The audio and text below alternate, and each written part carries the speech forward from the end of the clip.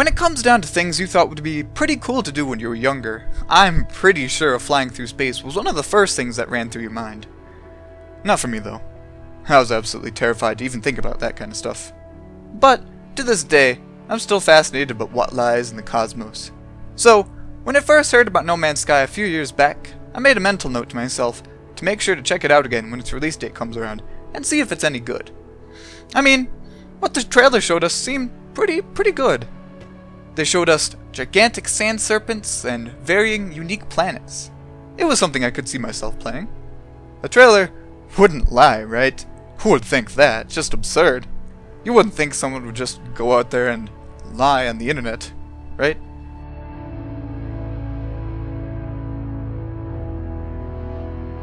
No Man's Sky promotes exploration and survival in a game filled with, as the trailers say, 18 quadrillion worlds. Or was it quintillion? I don't know. Doesn't really matter. It's a big number with a lot of zeros. The point is, there's a lot of planets to discover, and as you make your mark on these new worlds, you encounter new experiences and intelligent alien life, all the while getting new technology to make your journey easier. Where are you journeying to exactly? Why, you're journeying to the center of the universe, I think. You must travel from system to system to get closer to that glowing, irresistible ball of light. But hoo boy, it's gonna take you a long time to get there. Still, they say the most enjoyable thing about getting somewhere is the journey there, and in this game, there's plenty to see. Is there a lot to do? Well, just hold on there for a moment. I was first very gripped by No Man's Sky. I loaded up the game and found myself in a strange, never-before-discovered world. Wow, this doesn't look like Earth. You can get stuff like plutonium out of rocks and zinc from flowers. Ho ho! Yes sirree, we're not in Kansas anymore. And what's this? This strange little critter. It's got this and that on it. Alien life forms sure do look strange. I found shelters, ruins, and met intelligent aliens too. It was great. Probably one of the coolest moments in this game was when I was able to finally repair my ship and fly right off the planet I was on. The transition from being on the ground to being in outer space was completely seamless and something I really have to hand to the developers. But before I completely left my planet though, I just had to fly in orbit around the planet because I just had to take it all in. I was just on an entire world that had plenty to explore on it. This planet was probably bigger than many of the game worlds I've ever been on. The worlds of Ocarina of Time, Grand Theft Auto, Xenoblade Chronicles, they were all dwarfed by this one single world. But my journey's not done. This was only the beginning. That's even crazy to think. It's absurd. Let me see what you got, game. I want to see what other kind of planets are out there. Let me at them. They've all got to be so amazing and unique. What did I discover, though? Well, I indeed discovered a game with an emphasis on exploring. There's no doubt about that. But I also found that aside from all the bells and whistles, the game falls pretty damn flat. The main gameplay stems from completing rather repetitious tasks in your quest to get to the center of the universe. And how long you desire to play this game depends on how much you can tolerate doing the same thing over and over again. Let me just give some examples. The main thing you'll be doing in No Man's Sky is going from planet to planet, moon to moon, system to system, and seeing the sights. That's all fine and dandy, nothing wrong with that. There's a lot of worlds to explore, and you'll find tons of interesting ones to spend time walking around on. But once you've explored the first few planets, you'll realize that the things you can do on them are pretty much the same. Oh, it's an inventory expander. Gotta get more slots. Hey, look, it's another outpost. Let's check it out. Aha! It's an alien monolith that holds the history to an entire intelligent alien race. That's my 33rd one today. You get the gist of it. Even if you find a planet that's considered uninhabitable, you'll still find a bit of everything I just mentioned. Most of the time when you land on a planet, there will be some kind of indigenous wildlife that you can discover and catalog to get you more money. You can choose to name these creatures whatever you want, unless someone else beat you to the punch. For example, I've just discovered this rock. I'm going to name it Dwayne. Completely original. It's perfect. No one has ever thought of this before. And hey, look at this bird thingy. I just need to try to encourage it to get down here so I can scan it.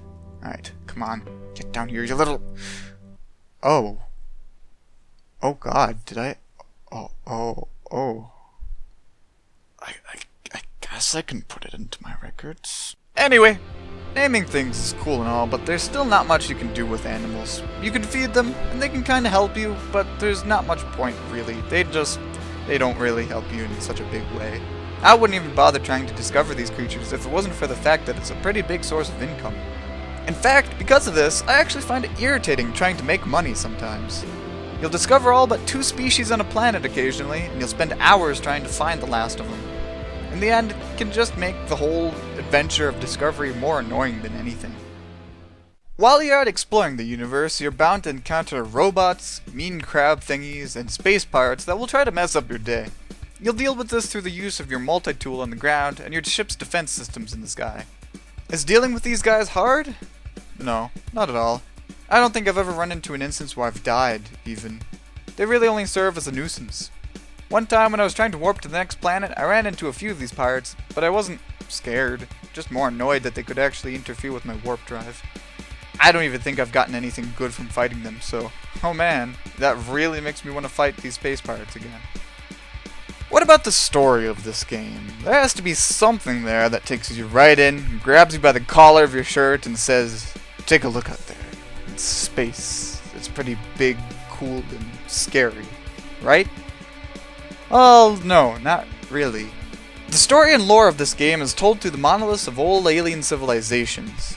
I mean, if you're someone who really likes getting bits and pieces of the history and tries to fit things together, forming some kind of unified theory behind this universe's existence, then yeah, that could be pretty cool. But for me, I read it and think, that was nicely worded. Yeah, pretty nice. But now what? It's not like this game throws you into a millennium-long war where this lore might be relevant. It's just there for anyone who's really interested in searching for this kind of stuff.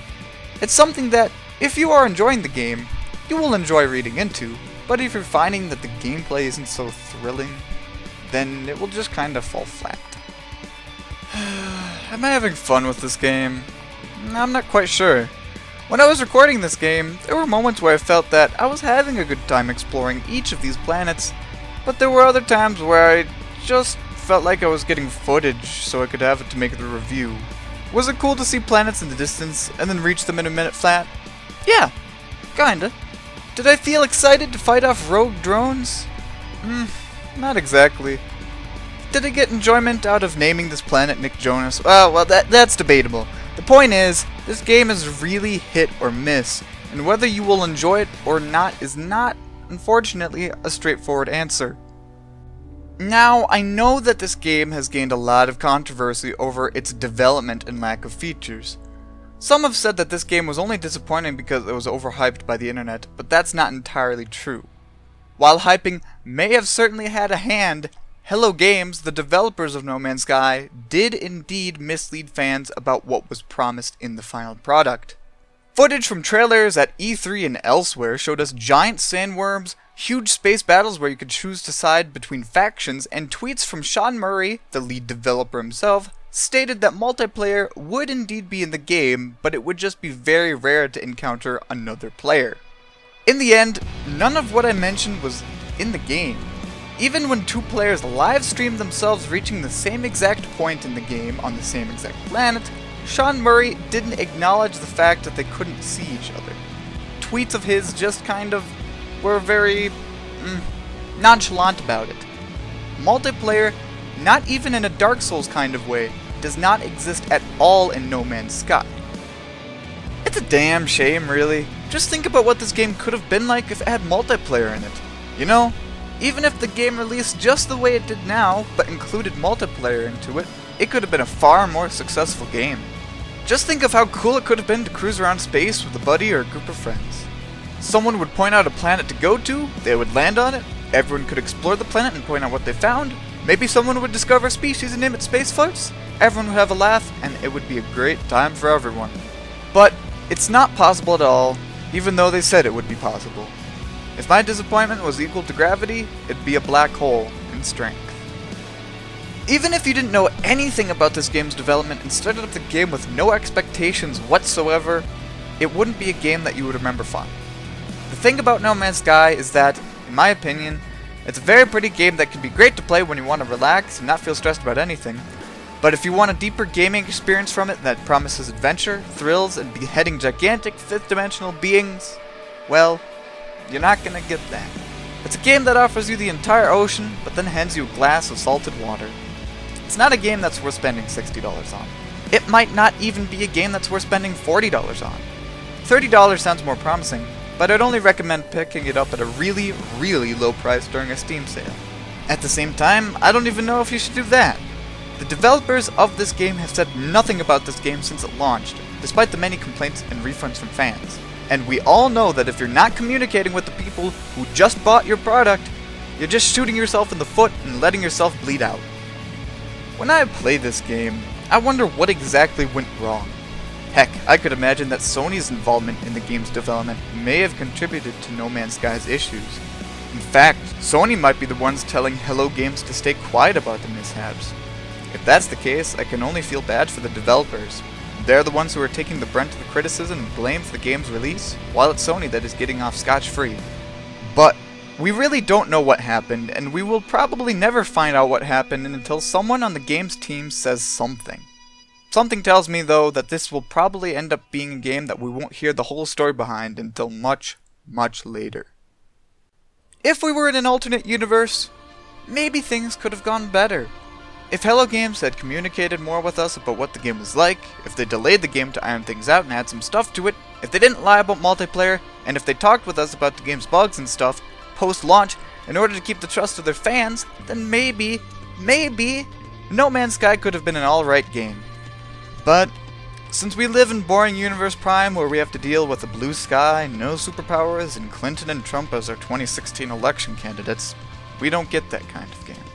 Instead, we get a game that will serve as yet another reminder of why not to pre-order games. Now, if you'll excuse me, I seem to have developed some short-term memory loss. What was I doing? Ah well, doesn't matter. I'm off to pre-order Battlefield 1. Nothing will go wrong with that. Bye-bye.